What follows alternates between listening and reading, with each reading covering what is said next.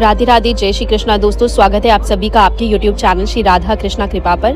दोस्तों, आज के इस वीडियो में हम बात करेंगे फ्रेंड्स, कई सारे लोग लड्डू गोपाल की सेवा तो करना चाहते हैं, लेकिन उनके नियमों को देखकर डर जाते हैं। उन्हें लगता है लड्डू गोपाल की सेवा बहुत ज़्यादा होती है और बहुत सारे उनके नियम होते हैं। जैसे कई सारे भक्तों के सवाल आए हैं कि हमारी जॉइंट फैमिली है, परिवार हमारा बड़ा है, सुबह के समय हमें इतना समय नहीं निकाल पाते हैं कि हम लड्डू गोपाल की सेवा कर सकें, उन्हें भोग लगा सके। लेकिन हमारे मन में फिर भी ये भाव आते हैं कि सबने भोजन कर लिया और हमारे ठाकुर जी तो भूखे बैठे हैं, तो ऐसे में हम उनको सेवा कैसे दें।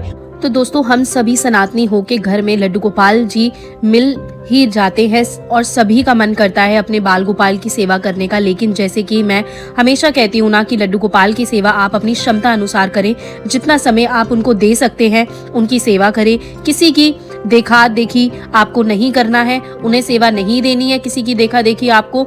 तो फ्रेंड, क्योंकि हम गृहस्थी जीवन में हैं और हमें प्रभु की सेवा के साथ साथ और भी कार्यों में को देखना होता है। जो भी कार्य प्रभु ने हमें सौंपे हुए हैं, उन कार्यों को भी हमें ईमानदारी से निभाना होता है। उनकी सेवा आप शुरू करें। जैसे आपके पास समय कम है तो उनकी थोड़ी सेवा रखें, जैसे कि आप उनको स्नान करा दे, वस्त्र बदल दे और उन्हें भोग लगा दे। तो फ्रेंड्स, अब बात आती है कि जो लोग सुबह में जल्दी स्नान नहीं कर पाते, वे क्या करें, वे कैसे लड्डू गोपाल की सेवा कैसे करें।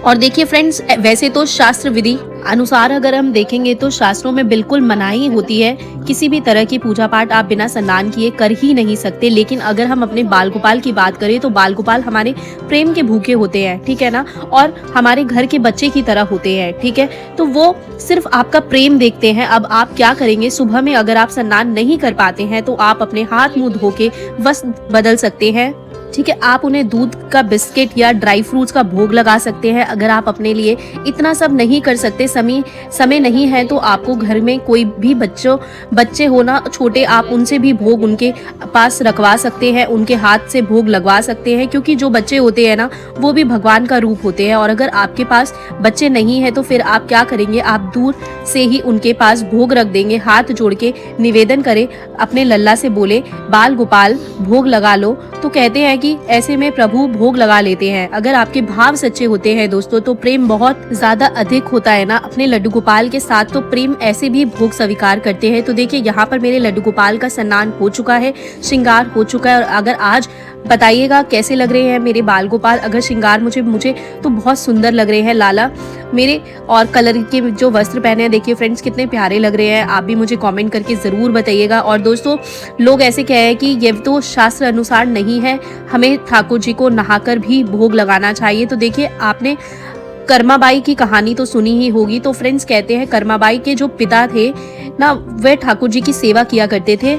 तो एक बार उन्होंने अपनी बेटी कर्माबाई से कहा कि कर्माबाई, मुझे किसी कार्य से बाहर जाना पड़ रहा है और इन दिनों में ठाकुर जी की सेवा तुम्हें करनी है, भोग बना के ठाकुर जी को जरूर से लगा देना। तो जो कर्माबाई थी, उन्होंने कहा ठीक है पिताजी। अब अगले दिन उन्होंने अपने घर के कार्य किए और स्नान के बाद खिचड़ी बनने रखी, खिचड़ी बन गई। फिर जो ठाकुर जी को के सामने लेके गई थाली भर के और उन्होंने रख दी और ठाकुर जी से कहा कि ठाकुर जी अब आप भोग लगा लो।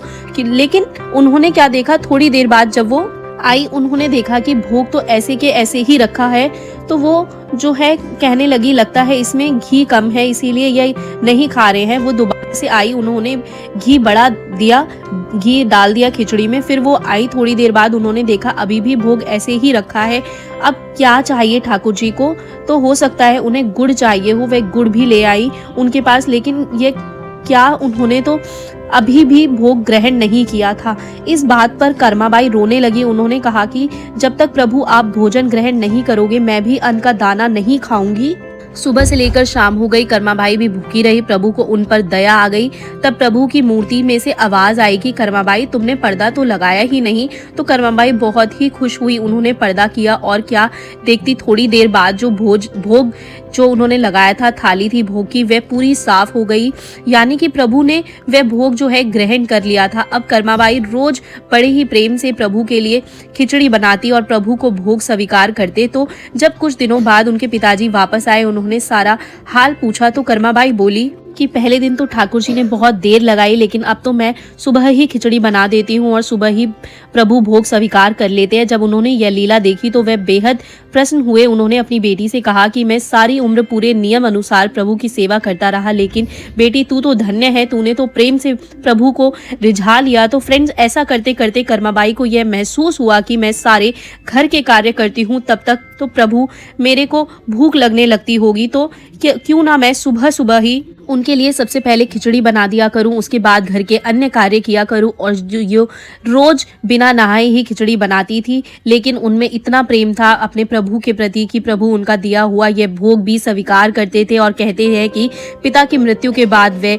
जगन्नाथपुरी में ही कुटिया बनाकर वास करने लगी। वहां पर भी एक संत ने उन्हें बिना नहाए भोजन बनाने के लिए मना किया, तो संत ने कहा कि तुम कितना बड़ा पाप करती हो, प्रभु को बिना नहाए भोजन देती हो। तो ऐसा सुनने पर उन्होंने क्या किया, कर्माबाई ने अपने सारे कार्य करती थी और उसके बाद स्नान के बाद प्रभु का भोग लगाती थी, जिससे कि प्रभु काफी देर तक भूखे बैठे रहते थे। फिर रहते रहते जगन्नाथ जी ने स्वयं पुजारी जी को स्वप्न में दर्शन दिए और उनसे कहा कि मेरे और मेरे भक्त के बीच में आने का किसी को कोई हक नहीं है, क्योंकि कर्माबाई मुझसे बहुत ही ज्यादा प्रेम करती है। तो फ्रेंड्स, ऐसा था प्रभु का और कर्माबाई का प्रेम। तो इसीलिए मैं कहती हूँ, जैसी सेवा आप पहले दिन से देने लगते हैं ना, प्रभु उसी सेवा का फिर इंतजार करते हैं।